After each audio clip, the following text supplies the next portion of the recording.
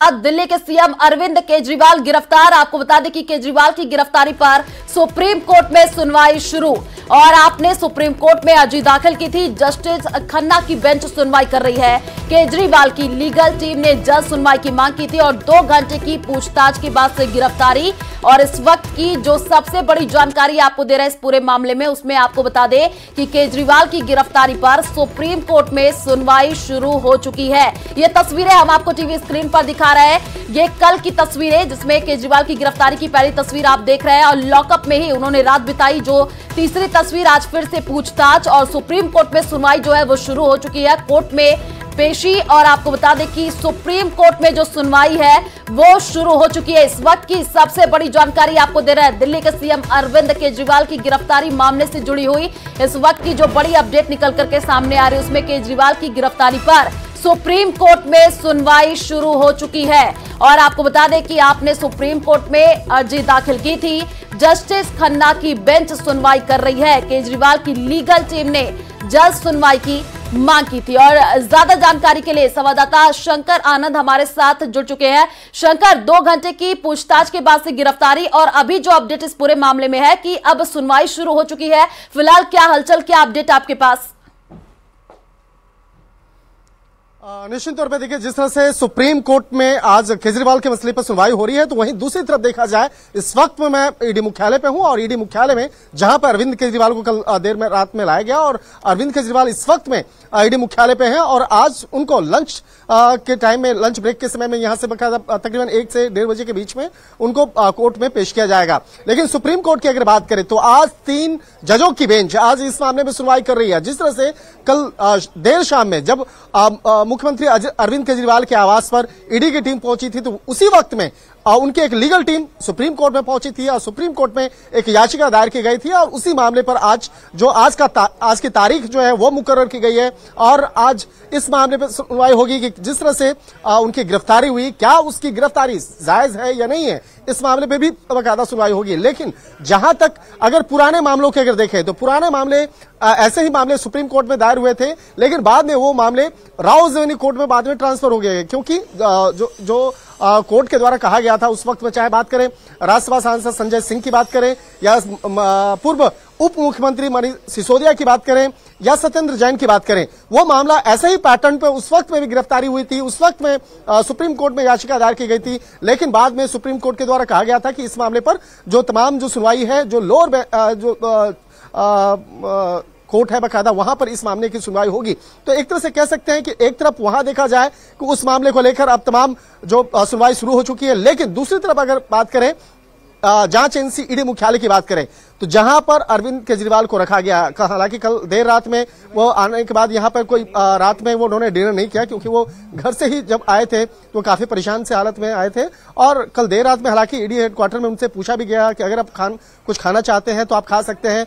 हालांकि मुख्यमंत्री अपने साथ में अपने जो मेडिसिन हैं वो अपने साथ में लेकर आए थे, अपने कपड़े जो हैं वो लेकर आए थे। तो आज सुबह में तकरीबन 4 से 4:30 बजे के लगभग में वो सुबह में उठे हैं और तकरीबन 8 से 8:15 बजे के बीच में उनका जो मेडिकल चेकअप है उसके लिए टीम यहां पे पहुंच गई थी। बिल्कुल तो शंकर आनंद, आप इस पूरे खबर पर नजर बना करके रखिए, अपडेट आपसे आगे भी लेते रहेंगे। फिलहाल शुक्रिया तमाम जानकारी साझा करने के लिए। और दिल्ली में शराब घोटाले मामले में अरविंद केजरीवाल की गिरफ्तारी के बाद पक्ष और विपक्ष के बीच आरोप प्रत्यारोप का दौर जारी है। आपको बता दें कि आम आदमी पार्टी के नेता केजरीवाल की गिरफ्तारी को बीजेपी की साजिश बता रहे हैं, तो बीजेपी ने इसे आपके भ्रष्टाचार पर कार्रवाई कगार दिया है।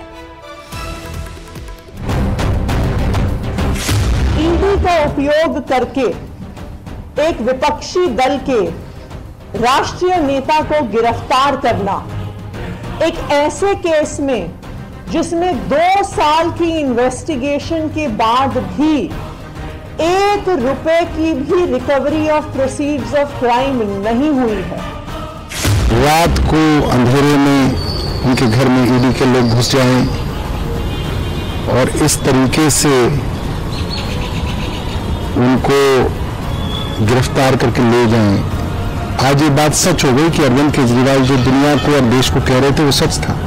जब आप 9 समन्स का निरादर करते हैं तो आप विवश करते हैं कि ईडी आपके घर आए, पूछताछ करे और आपको कस्टोडियल इंटेरोगेशन के लिए ले जाए। एक ऐसे केस में गिरफ्तार करना जहां पर आज तक ईडी कोर्ट्स के सामने कोई भी सबूत नहीं रख पाई है। अनथराइज कॉलोनी की जनता दिल्ली में पानी के लिए, साफ पानी के लिए तरसती तड़पती हुई जनता, आखिर उसकी हाय तो लगनी थी। गिरफ्तारी सुनिश्चित थी। जिस प्रकार का उन्होंने रवैया अपनाया और कल हाईकोर्ट ने जो गिरफ्तारी पर रोक लगाने से इनकार किया, उसके बाद ये स्पष्ट था इस भ्रष्टाचार के तार अरविंद केजरीवाल के घर तक जाते हैं। ये भारत के लोकतंत्र के इतिहास में पहली बार हुआ है कि लोकसभा की चुनाव की घोषणा के बाद एक नेशनल पार्टी के नेशनल कन्वीनर को गिरफ्तार किया गया। लोकतंत्र के लिए एजेंसीज का मिसयूज जो है वो शर्मनाक है। कोई सवाल जवाब नहीं थे इनके पास। इनको सिर्फ अरविंद केजरीवाल को गिरफ्तार करना था, क्योंकि सर पे आम चुनाव है। भारतीय जनता पार्टी बड़ी बड़ी बातें कर रही है, मगर अंदर से घबराहट है, नर्वसनेस है। 6 साल का दिल्ली की जनता का संघर्ष ये अब न्याय की ओर जा रहा है। मनीष सिसोदिया, सत्येंद्र जैन, अरविंद केजरीवाल, तीनों की राजनीति का अंत तिहाड़ जेल के अंदर ही होना था। अरविंद केजरीवाल जी की गिरफ्तारी भारतीय जनता पार्टी की एक राजनीतिक साजिश है।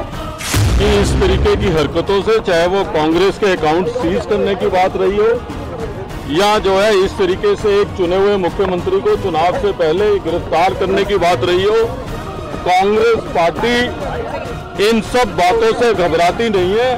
इस पूरी की पूरी सिचुएशन के जिम्मेदार केवल और केवल माननीय मुख्यमंत्री अरविंद केजरीवाल जी स्वयं हैं।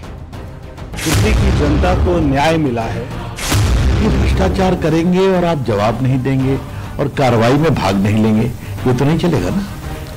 और ये नैतिकता की बात करते हैं राजनीति में। जो जैसा करता है वैसा भरता है। अरविंद केजरीवाल जी ने दिल्ली के खजाने को लूटा है। ये कानून की प्रक्रिया है जो भ्रष्टाचार के खिलाफ उचित कार्रवाई के दृष्टिकोण से हो रही है, जिसमें उनको न्यायालय से भी कोई राहत नहीं मिली। इस देश का लोकतंत्र कितना विशाल है। आप देखिए कि एक मुख्यमंत्री जिसको जांच एजेंसी बार बार बुला रही है, माननीय न्यायालय ने कल ही टिप्पणी की कि आपको जाना चाहिए, उसके बावजूद भी वो उसमें से रास्ता ढूंढ रहे हैं कि मैं कैसे निकल सकता हूँ। ये इस लोकतंत्र की ताकत है। तो जितनी भी जांच एजेंसी है वो एक संविधान के तहत, कानून के अंतर्गत काम करती है। ये बात पूरा देश ही जानता है, अरविंद केजरीवाल भी जानते हैं।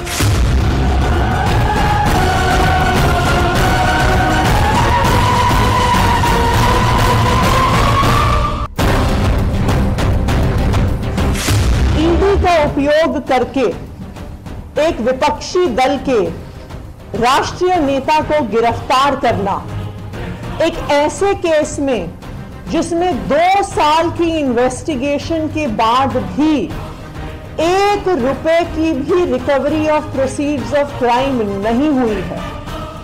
रात को अंधेरे में उनके घर में ईडी के लोग घुस जाएं और इस तरीके से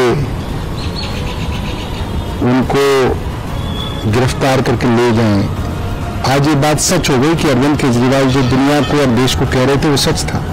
जब आप 9 समन्स का निरादर करते हैं तो आप विवश करते हैं कि ईडी आपके घर आए, पूछताछ करे और आपको कस्टोडियल इंटेरोगेशन के लिए ले जाए।